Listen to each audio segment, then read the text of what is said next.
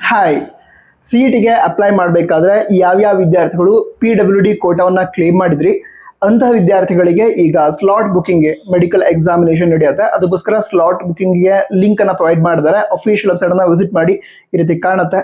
ಅಲ್ಲಿ ಕೊಟ್ಟಿರುವಂತಹ ಲಿಂಕ್ ಅನ್ನ ಕ್ಲಿಕ್ ಮಾಡಿ ಸ್ಲಾಟ್ ಬುಕಿಂಗ್ ಮಾಡ್ಕೋಬೇಕು. ಆವಾಗ ಇಂಥ ಡೇಟ್ಗೆ ಇಂಥ ಟೈಮ್ಗೆ ಬರ್ರಿ ಅಂತ ಹೇಳ್ತಾರೆ.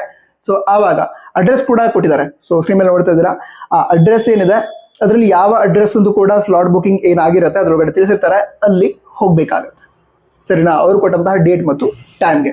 ಈಗ ಈ ಮೆಡಿಕಲ್ ಎಕ್ಸಾಮಿನೇಷನ್ ಯಾವ ಡೇಟ್ಗೆ ನಡೆಯುತ್ತೆ ಅಂತ ಹೇಳಿದರೆ ಅದನ್ನು ನಿಮಗೆ ತಿಳಿಸೋದಾದ್ರೆ ಮೇ 26, ಮೇ 27, ಮೇ 29, ಮೇ 30, ಜೂನ್ 1 ಮತ್ತು ಜೂನ್ 2ನೇ ತಾರೀಕಿಗೆ ನಡೆಯುತ್ತೆ.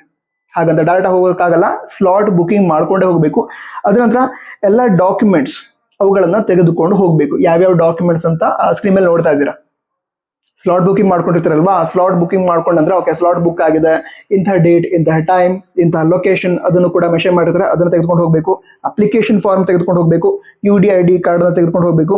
ನಂತರ ಯಾವುದಾದ್ರೂ ಒಂದು original photo ID proof, Aadhaar card, PAN card, ನಂತರ ಈ ಯಾವುದು ವೋಟರ್ ID, ಸೊ ಈ ರೀತಿ ಯಾವುದಾದ್ರೂ ಒಂದು ಒರಿಜಿನಲ್ ID ಪ್ರೂಫ್ ಅನ್ನು ತೆಗೆದುಕೊಂಡು ಹೋಗಿರಬೇಕು.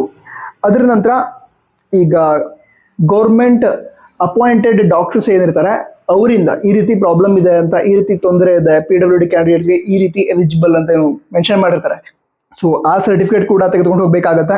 ಸೊ ಸ್ಕ್ರೀನ್ ಮೇಲೆ ನೋಡ್ತಾ ಇದ್ರಲ್ವಾ, ಈ ಎಲ್ಲ ಡಾಕ್ಯುಮೆಂಟ್ಸ್ ಹಾಗೆ ಅವುಗಳ ಒಂದು ಸೆಟ್ ಜೆರಾಕ್ಸ್ ಕಾಪೀಸ್ ಅವುಗಳನ್ನ ತೆಗೆದುಕೊಂಡು ಹೋಗಬೇಕಾಗತ್ತೆ. ಸೊ ಇದಿಷ್ಟು ವಿಷಯ ಆಗಿತ್ತು. ಮುಂಜಾನೆ 10 ಗಂಟೆಯಿಂದ ಇದು ಸ್ಟಾರ್ಟ್ ಆಗುತ್ತೆ, ಅಂದರೆ ಮೆಡಿಕಲ್ ಎಕ್ಸಾಮಿನೇಷನ್ ಸ್ಟಾರ್ಟ್ ಆಗುತ್ತೆ. ನಿಮ್ಮ ರಿಪೋರ್ಟಿಂಗ್ ಟೈಮ್ ಮುಂಜಾನೆ 9 ಗಂಟೆ ಅಂತ ತಿಳಿಸಿದ್ದಾರೆ. ಸೊ ಇದಿಷ್ಟು ವಿಷಯ ಆಗಿತ್ತು. ಮತ್ತೆ ಡೌಟ್ ಇದ್ರೆ ತಿಳಿಸಿ, ಮುಂದೆ ನೋಡೋದು ಸಿಗೋಣ. ಸಬ್ಸ್ಕ್ರೈಬ್ ಕೂಡ ಮಾಡಿ. All the best. ಜೈ ಹಿಂದ್, ವಂದೇ ಮಾತರಂ.